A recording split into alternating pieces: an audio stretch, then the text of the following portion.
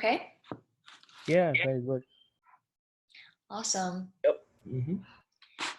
I'll wait like a minute for everyone to come in. So hi, my name is Jane Chung. I am going to be giving you the lecture for today only, and I've been in the tech industry for a little less than a decade, and I'm currently an iOS engineer at Calm, a meditation and sleep app. Before then, I was in the crypto space. I was the first mobile engineer at Coinbase. And after that, I joined a crypto custody company. So if you're interested in mobile development or wanting to know more about startups and how to apply for them, I'm more than happy to answer. And I'm glad you guys like Calm. If you have any suggestions on that, I'm also all ears on that. Great. So this week we're going to focus on binary trees and apply the umpire method as usual. Before I start, if anyone has any feedback on the HackerRank or had any questions, we can spend like a minute asking any questions that might have come up.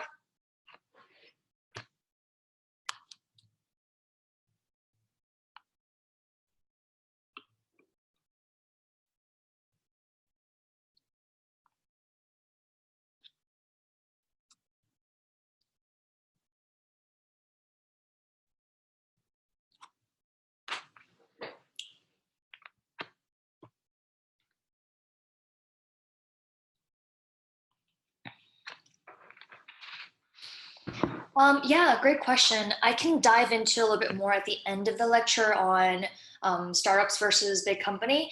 At Calm, we don't do a huge technical interview in terms of algorithms and data structures. It's more on, can you build an app? And as you get to more senior levels, we do tests on more architecture and making sure that you can create a sustainable and scalable code base. It can be for startups that are small to mid-size, but if you're applying for Facebook, Google, or Instagram, they're going to ask algorithms. So yeah, I would say half of my interviews tend to be that and half don't. So these are good questions. I will answer them more at the end. If no one has any questions on the previous HackerRank, how many points for the last few questions? Sure, it's a good question. I don't have the answer to the specific HackerRank that you're talking about, the last few questions, but I believe that they gave a point breakdown.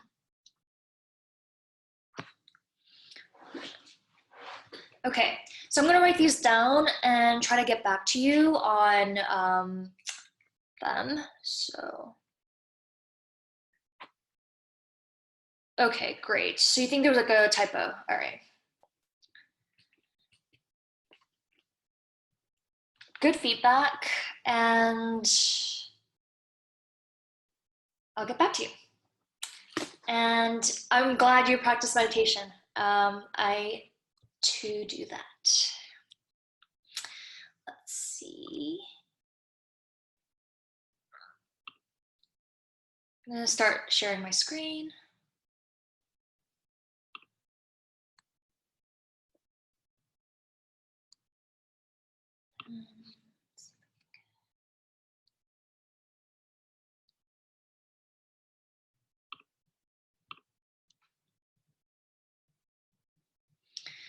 All right, bear with me while I get this set up.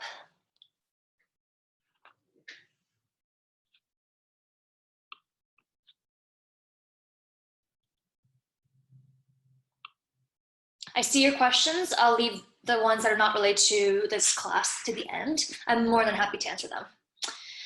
Okay, so let's go over binary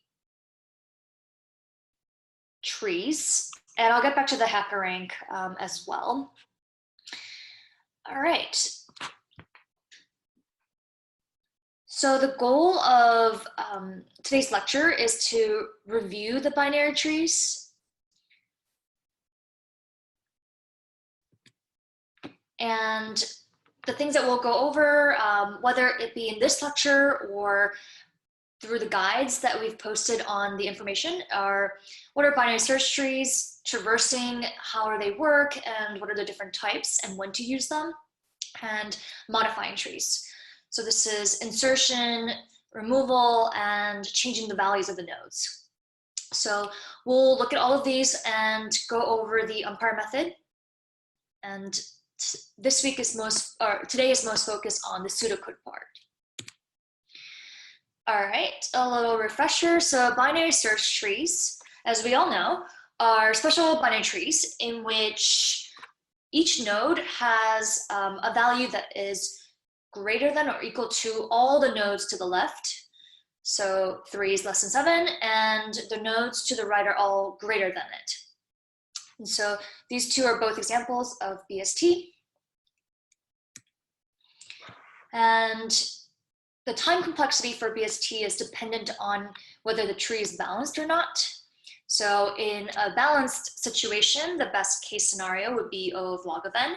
So for all the searching and deleting and adding.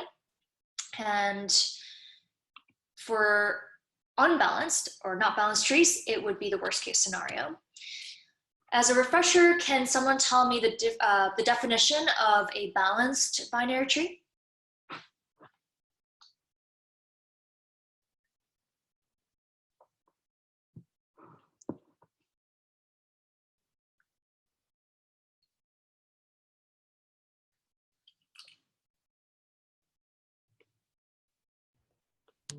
Yeah, I think the parallel tree from the every node they have the to the left subtree and right subtree the height of them be equal.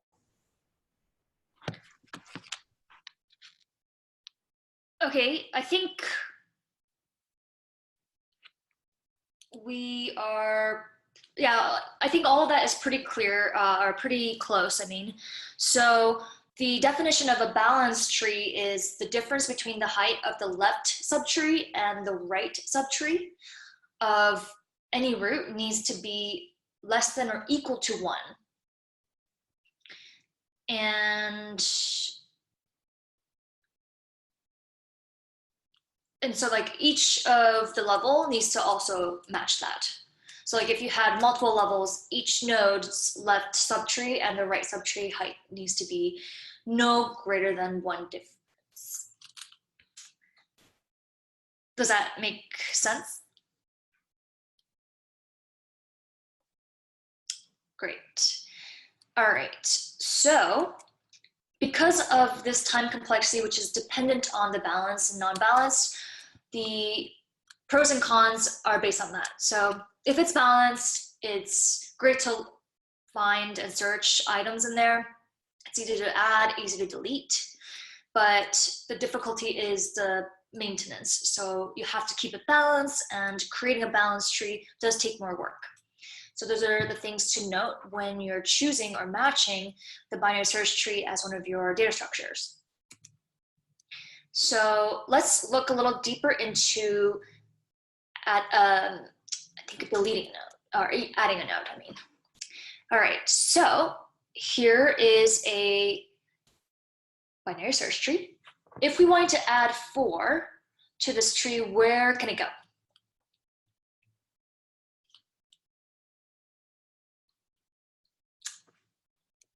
Yep, so what we would do is we would look at the root and ask ourselves, yeah, is 4 greater than or less than equal to 7? It's less than, so we go to the next node and we do the same thing. It's greater than 2, so then we go to 6, and it's less than, so we can add it there. And that's pretty simple. All right, so we can pseudocode it like, all right, you start from the node or from the root, And depending on the value, if it's less than or equal to, go to left. If not, go to right. And when there are no more subtrees to traverse, add the node. This would be like a very brief pseudocode of this. Now let's do a little bit more in depth of deleting a node. Given a balanced binary search tree and a value, delete the node with that value from the tree. Return the new BST. So the umpire method, I hope it's been helpful to everyone. Personally, I use this when I interview as well, and I find it extremely helpful, and I know what I'm going to do next. And so for the pseudocode and plan stage, which is what I want to focus on today, we obviously need to do the understand and match first. And at this stage, we want to be able to use this step to know the solution we're going to come up with, and without writing all the code with all the syntaxes. As well as I don't usually write the helper methods out in pseudocode. I just have the helper method title. And so it just helps have the whole solution without going into too details. And we want to use a stage to discover edge cases. And it should be easy to iterate and improve on. So let's try to go through the pseudocode stage, a pseudocode step of the umpire method in this problem. So we have a tree here, and what is the biggest hint we can use?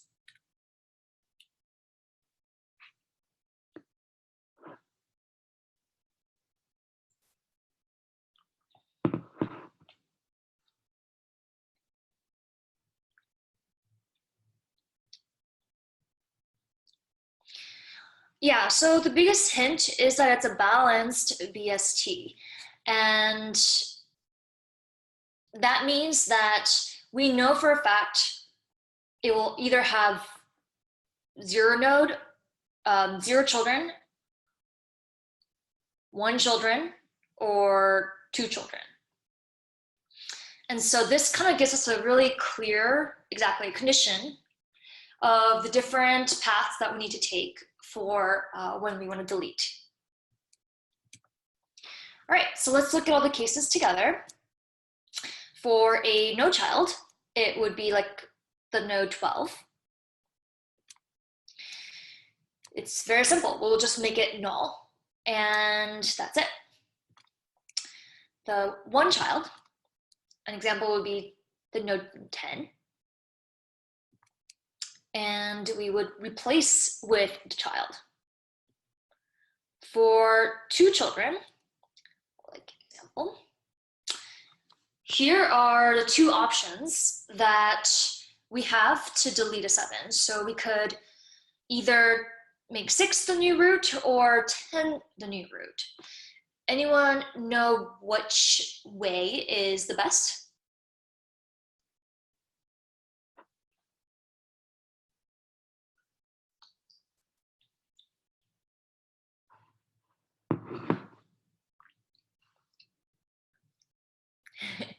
Yeah, so it's a trick question. Both methods are valid, and there's no right answer. You will just probably choose one and go with it. I think even in this stage, it's not something that you would ask the interviewer. There are certain steps oh, well, I could do it this way or I could do it that way. Which way would you prefer? I would just be I'm going to choose this method or that method, and I know that there's another method, but I'm going to go this way. And yeah, it's tree specific. Since we're trying to create a code that works for all binary search trees, it's not going to make a difference on the way we code it. Either way, it works. So what we're going to do is choose the 10. This is just arbitrary, it doesn't matter. And what we do is we're looking for the minimum number in the right subtree. If we were to choose the 6, then we would choose the maximum number in the left subtree.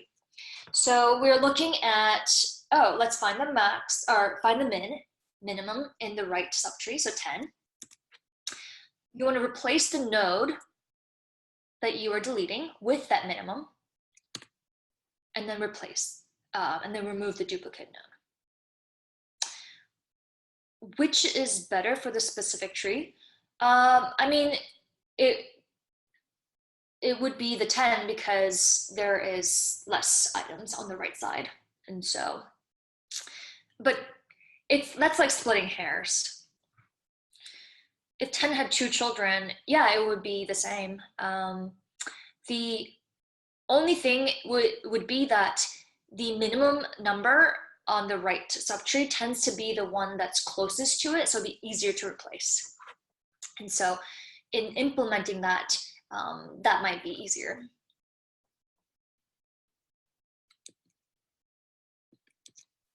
All right, so we have these 3 steps. And someone tell me what are some useful helper methods that we can create knowing all this.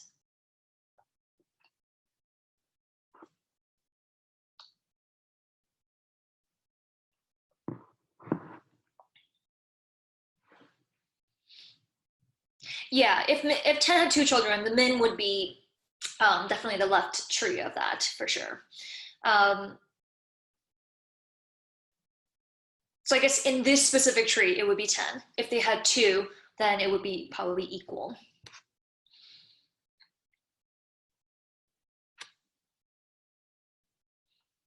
Okay, that's a good one. Find the min of the right subtree. Yes, exactly. Remove duplicate. I think those are the 2 great helper methods to create. So we're going to do the pseudocoding together.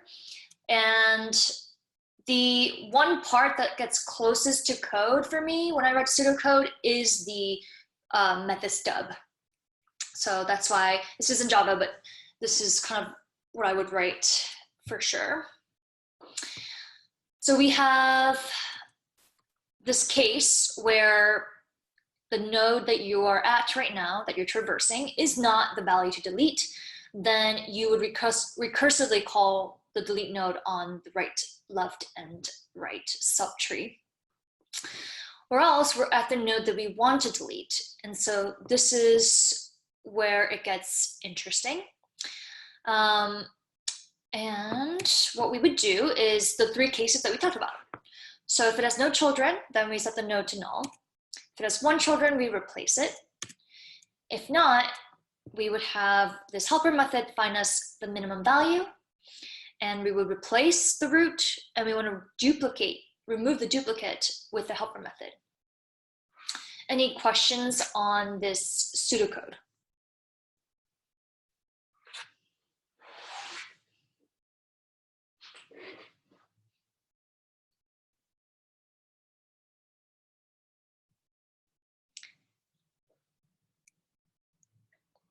Great. All right, so one thing to note here is, for me, even this is a little bit too verbose when I'm writing a pseudocode, but I think that it's good practice for now as we get comfortable with the umpire method to write as detailed as this for pseudocode. When you get to the interview stage, hopefully by then you've practiced enough that you don't have to write as detailed. How does remove duplicate node work? Good question. And I think that's a good question for the guides to tell you. We have a specific page on deleting a node from binary search tree. What's actually nice about that question is when you have a helper method like this, oftentimes I've been in an interview, especially when it's like really short, 30 minutes or less, they don't want me to write the helper method. And so, or they have the helper method already, and they're like, here you go, and just make the code work for different tests. This may not happen. They may want you to write the actual code out. And so then you would have to think through those. But I think by having a pseudocode like this and talking to the interviewer, it will help you figure out like, oh, the scope of the current interview problem.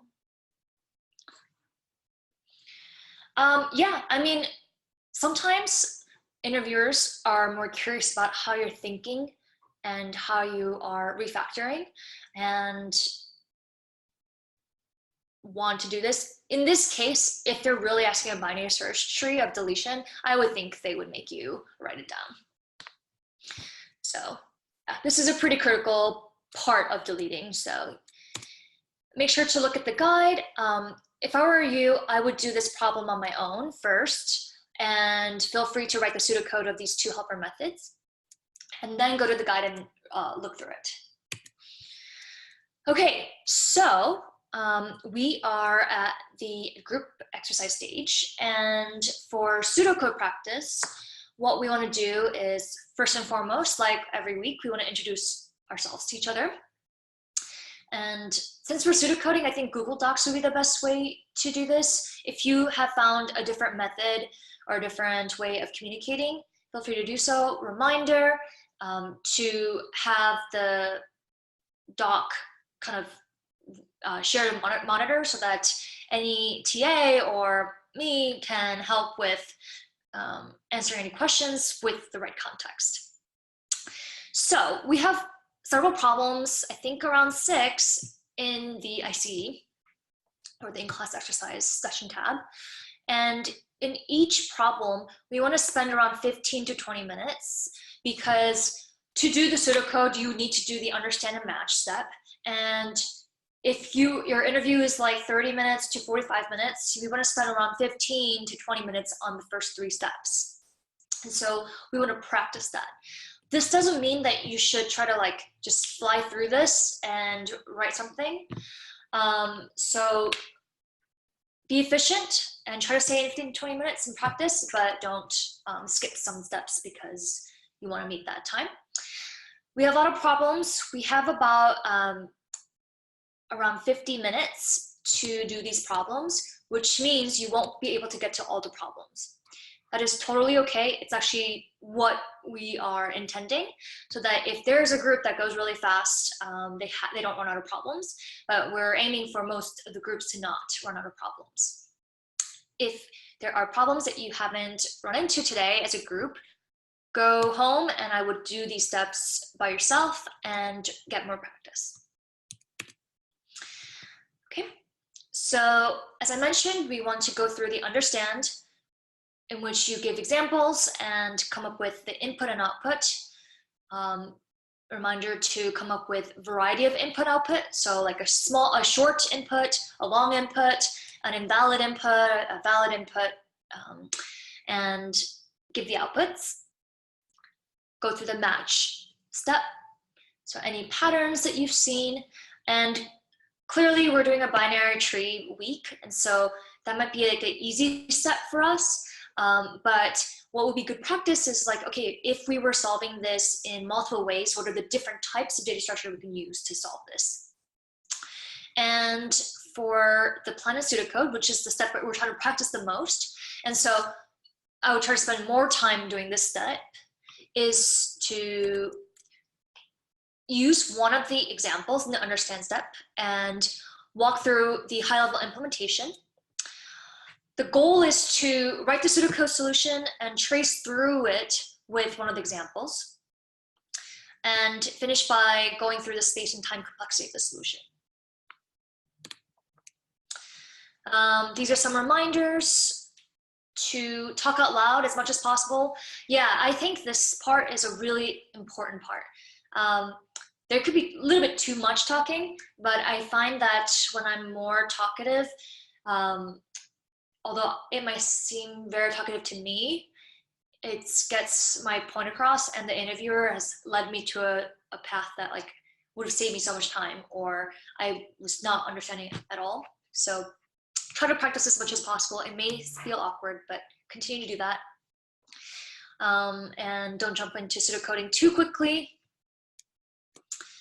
And let's get started. If I can get some help on getting the groups, that would be great.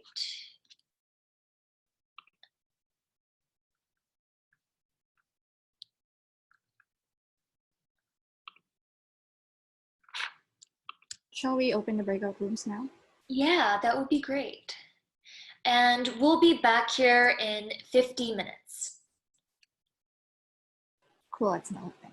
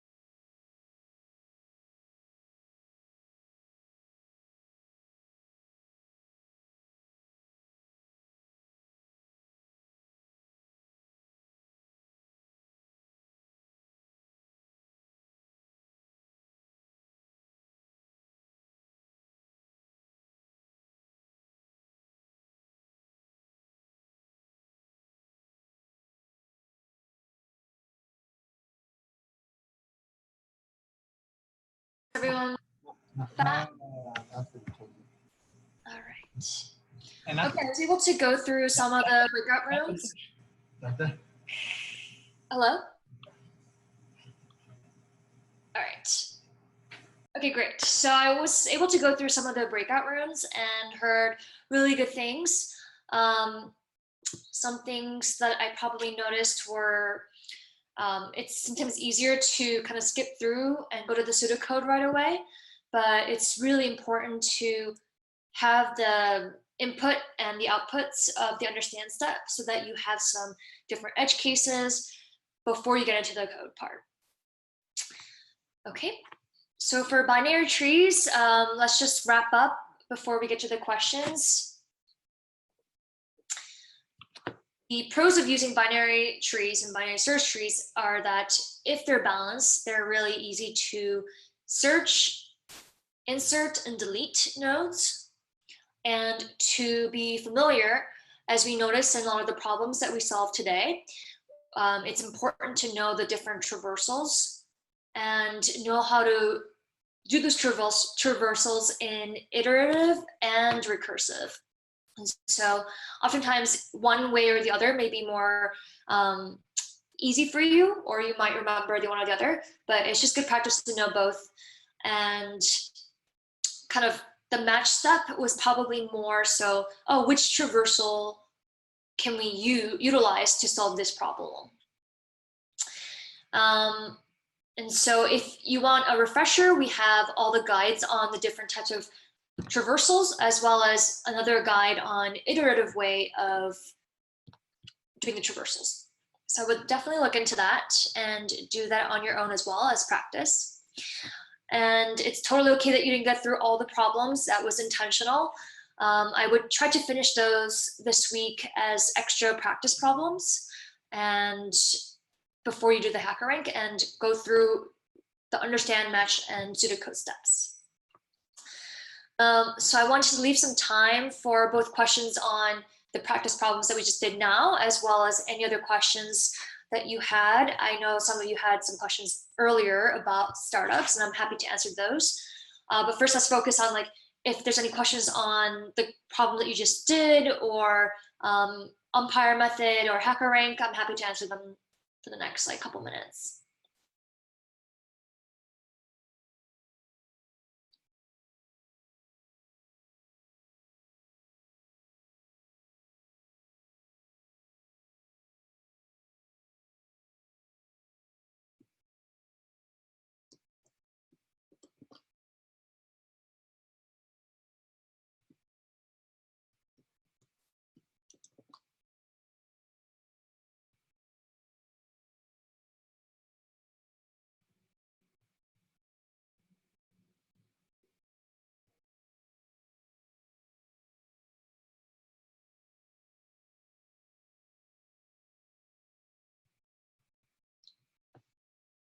So everyone felt pretty good about today's problems and binary trees in general, and how the HackerRanks are going.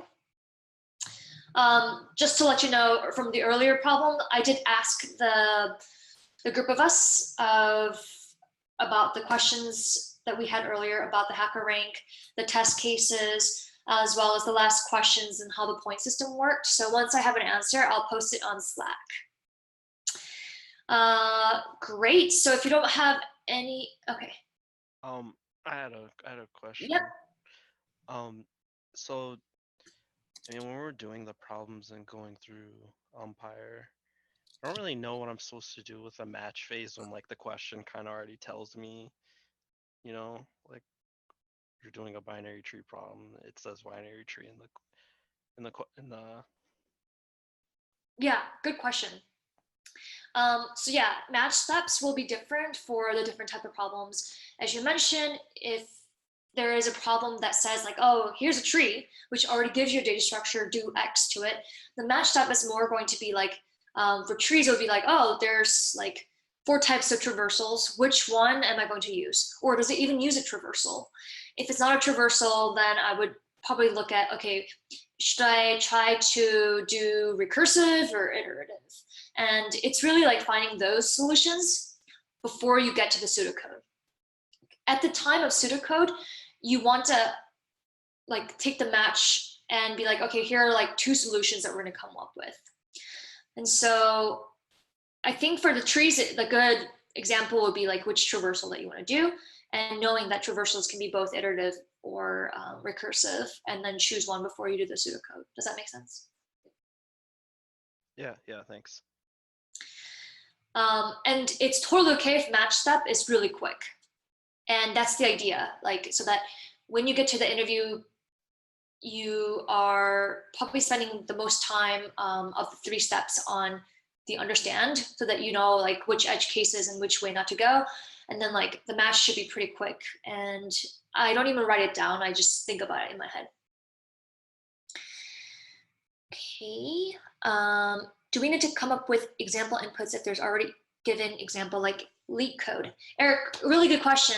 And the answer is yes, because the example and the input from leak code tends to be the happy case and or the very short example. It would be great to come up with long inputs or invalid inputs or some edge cases so that you can go through them earlier.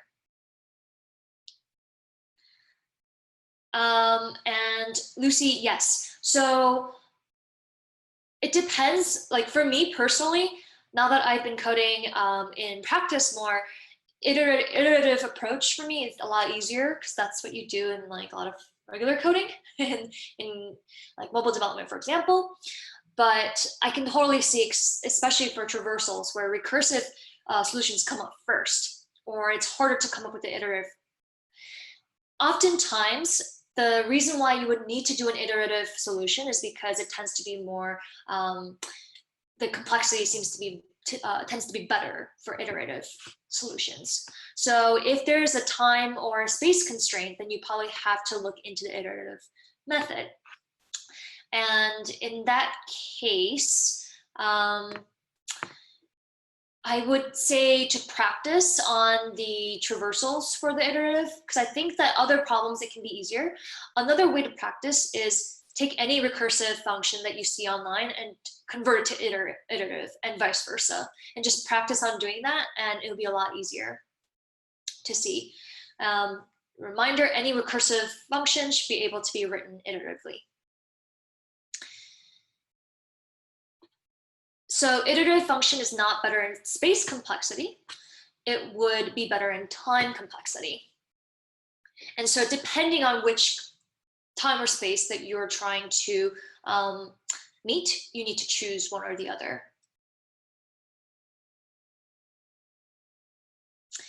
Okay, so input example and leak code.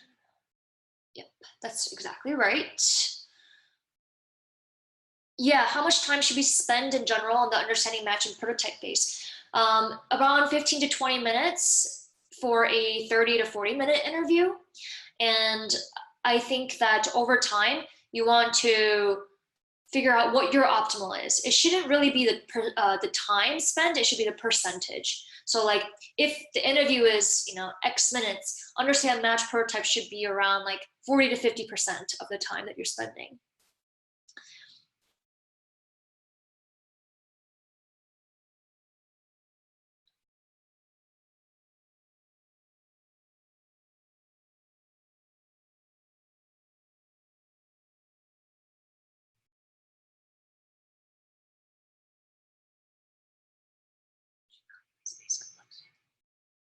When you evaluate space complexity for recursive, should we consider? Yeah, stacks or queues are some of the ways to make iterative version of the traversals. And I would look at the guides to look at all the iterative ways to do the traversals. Anish, yeah, I would look at the guides and get a better understanding of it.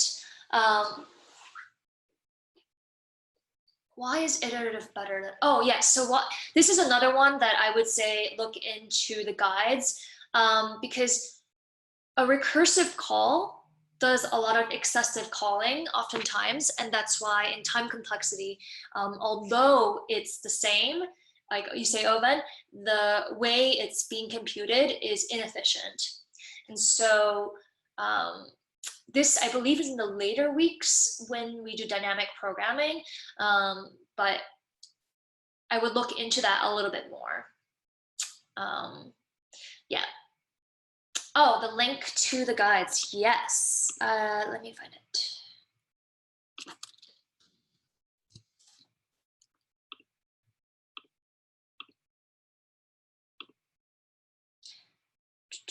And feel free to post the startup questions if you guys don't have any other ones about binary trees or HackerRank.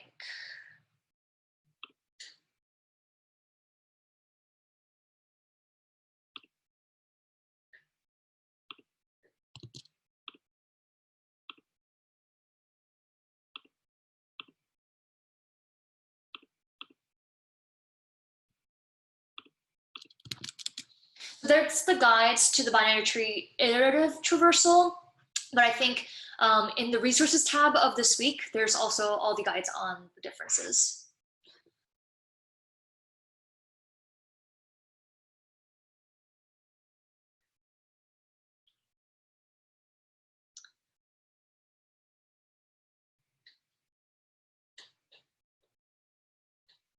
Great.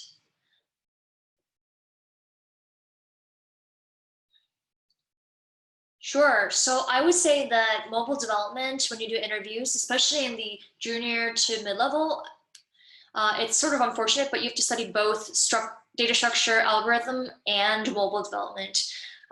Most of the time, the coding challenges have both. And oftentimes in companies I've been in, it's like a non-mobile engineer tests the algorithm data structure, and a mobile engineer interviews the candidate for mobile development. So like make an app, or here's an app and do this to it.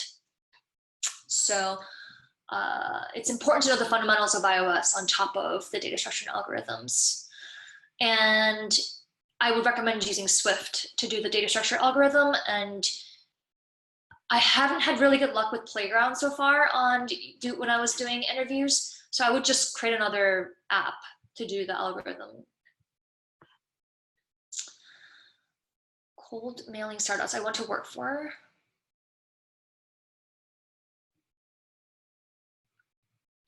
Yeah, so I think cold mailing startups has like mixed results. It's always better to know somebody there and kind of to gauge like whether they are looking for interns or not. For example, like Com doesn't have internships, and so I'm trying to get that going and started. It's just they just haven't had the bandwidth to do that yet. We haven't. So while other startups, they want to have interns from the get-go, and even if they don't post it, they are open to that.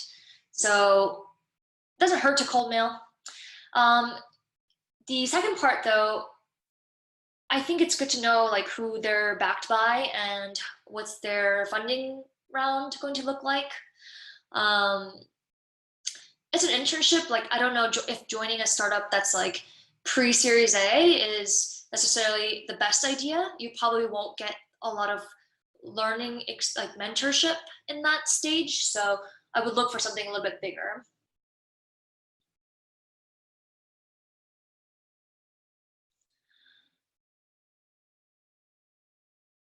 So how is getting an entry-level blockchain job different from getting another entry-level software engineering job?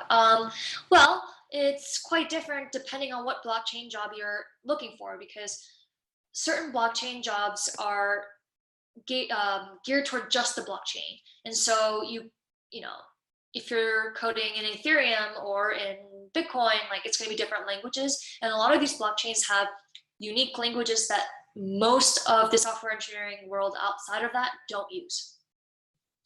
And so that might not be a good like carryover, but honestly, engineering, like if you know the fundamentals of how to code well, it's going to be good. The other thing is blockchain. If you've ever learned Solidity or other blockchain code, the fundamentals are slightly different in how they do global variables or how they do other things. And so that might not carry over well because everything is final after a transaction, which is not the case for a lot of outside world scenarios. But there are blockchain jobs that don't touch the blockchain, which is what I did. I worked on a mobile app for both the companies I was in, and that doesn't really touch the blockchain space. It's touched more of a security and mobile development. So there's ways to be involved without digging deeper. But if you're interested in blockchain specifically, I can also hook you up with that. That there's like open source projects, etc. Would companies care if you had Solidity side projects on GitHub, for example? I think they would be very impressed if you had the Solidity side project on top of regular traditional experience, because that shows that not only are you a good software engineer and like you want to have that, but also passionate about blockchain. I find that to be like a core thing for any startup or any company. Showing that you're passionate about the company that you're trying to apply for comes through and is crucial. Comprehensive iOS books or sites. Yeah, so CodePath has really good open source guides on iOS and Android development. And so they're all free. I would really recommend them. Long time ago, I read like AppCoda and Ray Wunderlich, but yeah, I think they're still good. So I think those two are good too.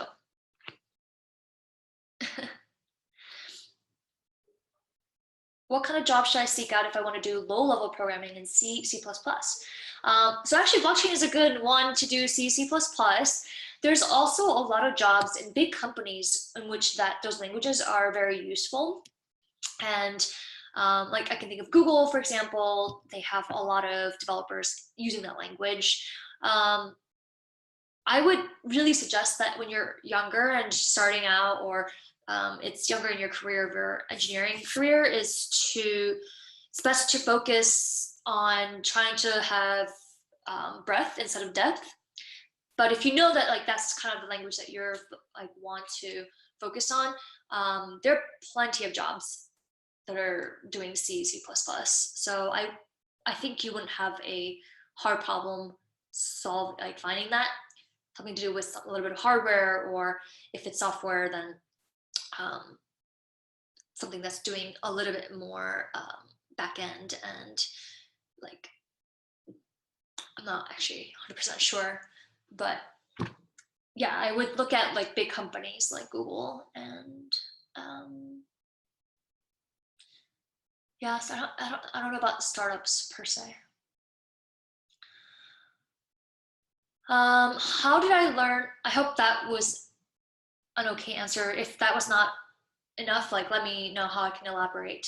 Since I don't personally have a lot of experience, I know a lot of people who do, but I don't know if I answered that in detail as I would like. How did I come to learn iOS development? So I learned iOS development with my co-founder a long time ago. We were trying to make an app for our company, and I downloaded the AppCoda app book, and that's how I learned it originally. I've had computer science engineering background, so it was, I would say, just learning the gist of Objective-C, and so the syntax first, and then the like all the protocols and delegates. I think I just made apps after apps, like very simple apps, and so that's how I learned. But CodePath has a course on iOS, and I think that course would have been a lot more helpful had I known it or it was available back then. Let's see.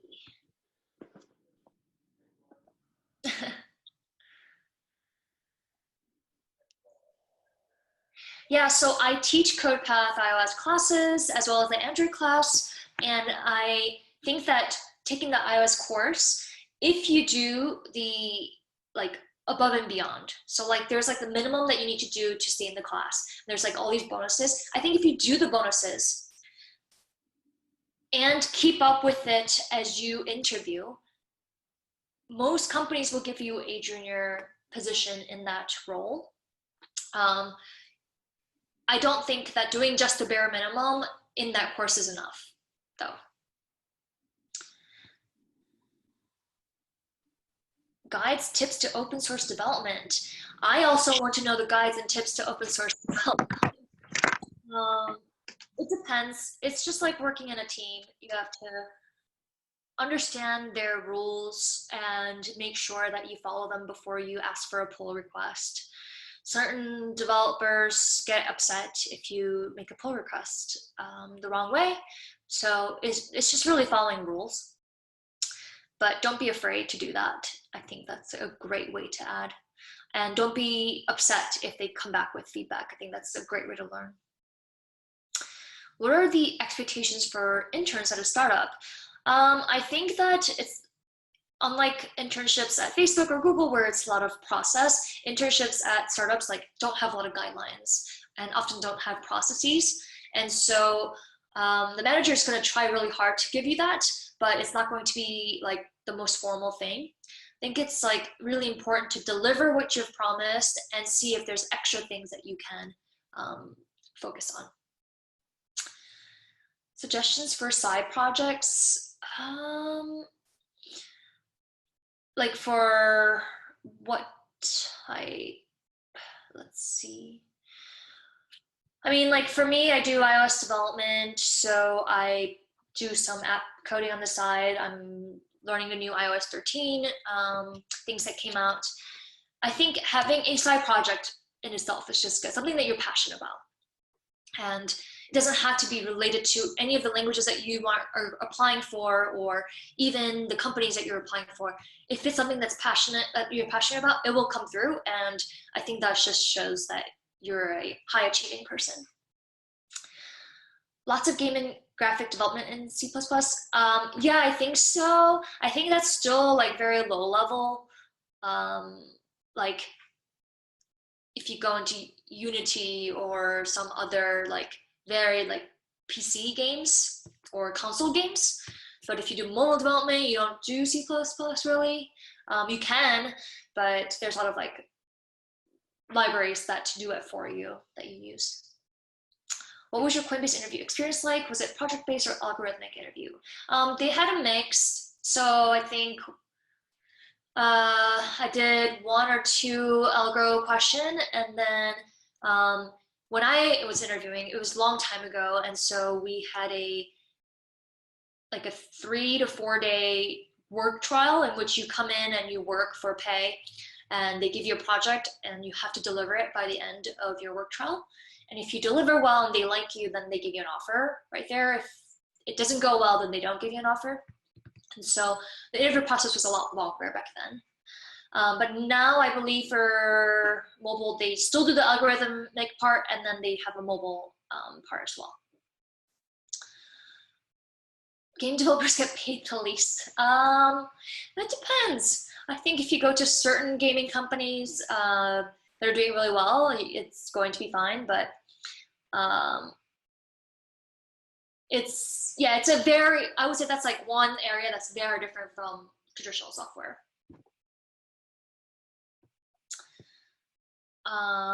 Should we put MOOC in our resume? What is MOOC?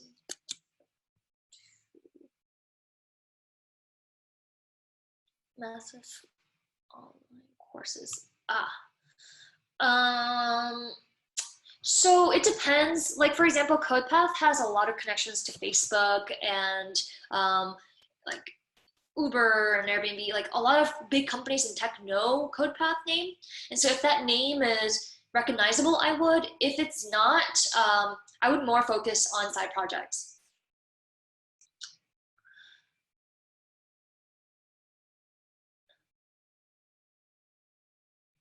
The interns at startups are not expected to be more experienced, but they're more expected to be a go-getter. Like without a lot of instructions, still produce the same outcome. So someone who's just willing to do what it takes and takes initiative. Our course prepares for internship. Do you think our course? So this is more geared towards the internship because it's like for your 30-minute, 40-minute interviews. I would say that for a full-time, I think there's another stage that there's like another part to this course that you're supposed to take to help with that. But I think you would, after finishing this, you would be pretty good on preparing for it. Like, I don't want to give a percentage, but from last I heard from Tim, like you're supposed to do a little bit more before full-time. This is more towards like the phone screen or the first stage of an internship rather than a full-time.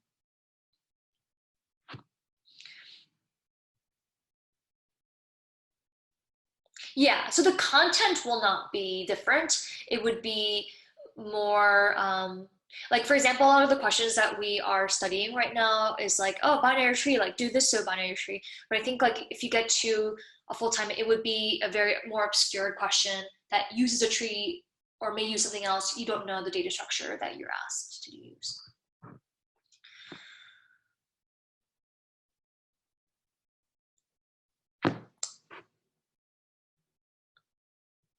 All right. Thank you so much for all the questions. If you have any more, I am happy to answer. If not, I will try to get the answers for the hacker rank of last week. Okay, are there any preferences between creating an iOS app? Oh, Joyce, that's a good question. I think that's going to change a lot with iOS 13 with Swift UI and how much adoption happens through it. I think it's important to know both as a developer for mobile development, all the ways to create UI components. In a bigger company, in a more scaled app, they will most likely use programmatically and no nibs or storyboards. In a startup, you might run into that and you don't want to be like, oh, I don't know how to do it and not be willing to. And so I would say like get good at programmatically and then still learn how to do storyboards. You're wondering where your 5 points went? I will ask.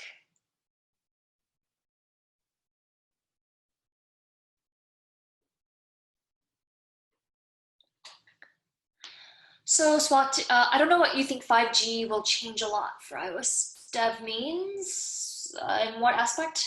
How much more should you do for full-time roles? Yeah, I think the full-time role is also like your experience in a company, like learning how to work with a team in the process and the pull requests and knowing how to deliver a product, which is different than just solving problems. It's like solving multiple problems with cross-team components and edge cases and user experience, or maybe not if you're in the back end. Oh, it's still user experience, like so you're front-end people. So I think that that's why they look for internship experiences. For the interview part itself, they're going to ask some of those questions. So like that might be something that comes from that portion of experience.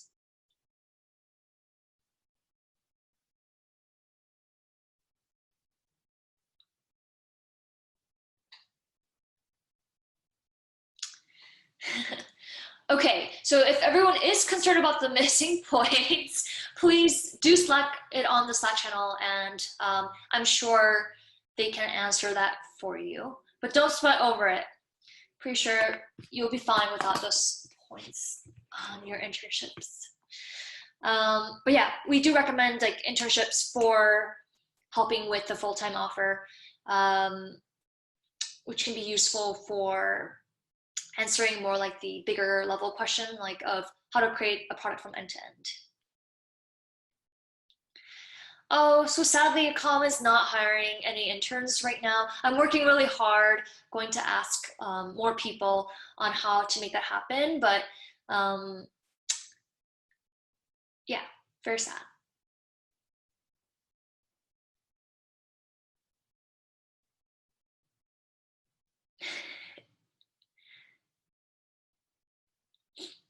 Oh, good question. I don't really know. I would think there would be both. Most companies that have internship roles tend to have entry-level roles open. But I know it's geared towards the internships more.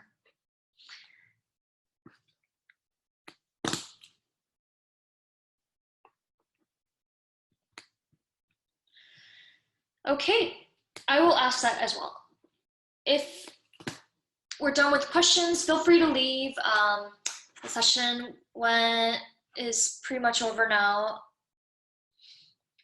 I'll stay for like a couple more minutes. Thanks, Jane. Thank you. Have a good night.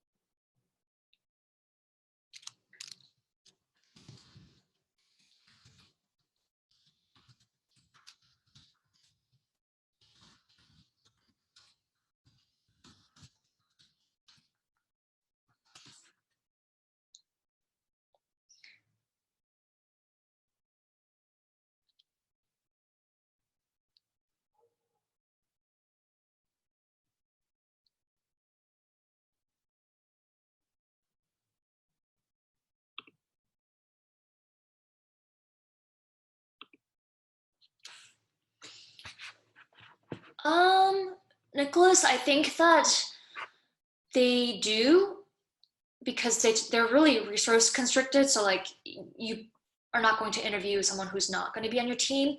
But on the converse, like if you join a startup and it's not working, it's probably a lot more flexible to start going to another team, which I've seen at Coinbase before. So you'll probably start in that team, but you can probably have the flexibility to move over. Joyce, for the Coinbase one, like for the work trial, that's a pretty rare occasion. So like, I don't think that's going to ever happen. But a typical iOS interview is like, they give you a pairing, or sorry, not pairing, a take-home challenge or a on-site app challenge. So you're supposed to make an app from scratch, doing X thing that they're asking you to do. And it's just to see how you code, how you architecture, how you test, if you do, and what your UI looks like. And then oftentimes it's about like how you lay out your data and your models. So that's like more of a data structure question for mobile development. It's like, how would you cache this, or how would you make your model layer so that you can consume this API, or how would you create this API layer? And they also have an like a big architecture question potentially, but that's like a later on stage. I would say for like a junior to mid, it would be more like, can you make this app? And a little bit of like your coding style.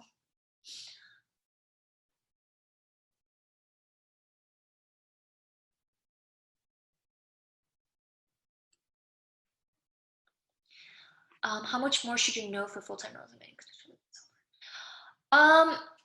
You know, I think it's really dependent on where you want to go. If your objective is like Google, Facebook, or startups, like those are going to be two different answers. I think it's just more that you are able to answer questions that don't clearly give you that it's obvious what the data structure is. It's not a problem that you've seen before, and you can still incorporate that in. Or they do sometimes ask for those kind of questions, like depending on the role, like for example, a mobile role, even in the beginning, will probably ask you to consume an API. So like, it's just more like preparing for what that role is and what that full-time is in the company. But it would still be, the fundamental would be the same. So it would just be this, but like more in depth and more practice for the algorithm and data structure part.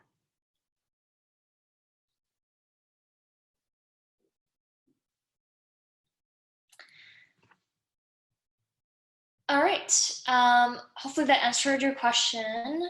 I will be heading out, but this was a lot of fun. Thank you so much, and hope everyone has a good night. Bye, guys. Bye.